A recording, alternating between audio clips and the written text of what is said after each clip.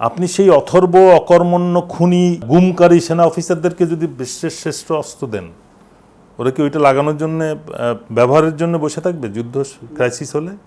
না ওদের পরিবার, ওদের টাকা আমেরিকা, ইউরোপ, দুবাইতে যেখানে আছে সেটা বাঁচানোর জন্য তারা পালাবে?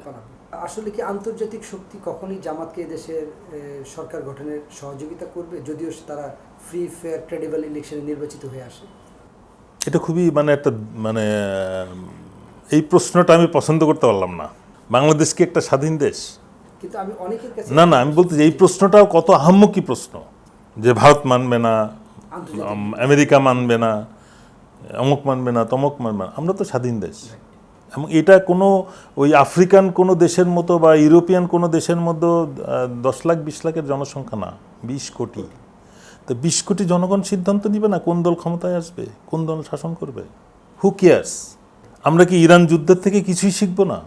একটা দেশ 26-27 বছর স্যাংশনের মধ্যে থেকে একটা বৃহৎ শক্তিকে কান ধরে নিয়ে ইসলামাবাদে বসাচ্ছে মিটিংয়ে, এর থেকে বড় শিক্ষণীয় আমাদের জন্য কি হইতে পারে?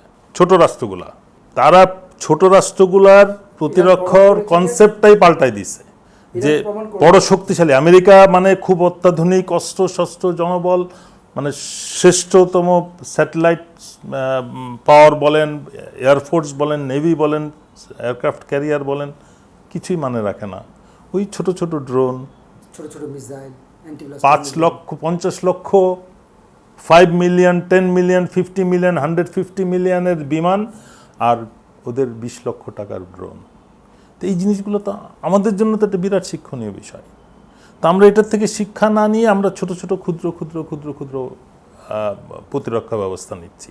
আমাদের কোনো ইন্টিগ্রেটেড কোনো সিস্টেম তো ডেভেলপ আমরা করছি না। আপনি সেই অথর্ব অকর্মণ্য খুনি গুমকারী সেনা অফিসারদেরকে যদি বিশ্বের শ্রেষ্ঠ অস্ত্র দেন, ওরা কি ওইটা লাগানোর জন্য ব্যবহারের জন্য বসে থাকবে যুদ্ধ ক্রাইসিস হলে? না ওদের পরিবার, ওদের টাকা আমেরিকা, ইউরোপ, দুবাইতে যেখানে আছে সেটা বাঁচানোর জন্য তারা পালাবে? আমাদেরকে বুঝতে হবে। আমি ড্রোন ফ্যাক্টরি বানাই আর ট্যাঙ্ক আনি আর বিমান আনি, কিছু আসে যাবে না।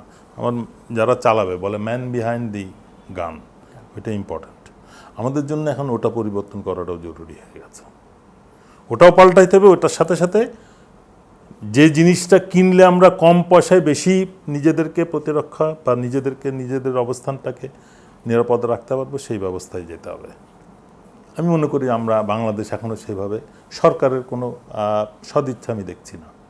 ছিন্ন ভিন্ন কোনো কার্যক্রম আমাদের কোনো দেশের সার্বিক কল্যাণে বা সার্বভৌমত্ব স্বাধীনতা রক্ষায় কার্যকর হবে বলে আমি মনে করছি না।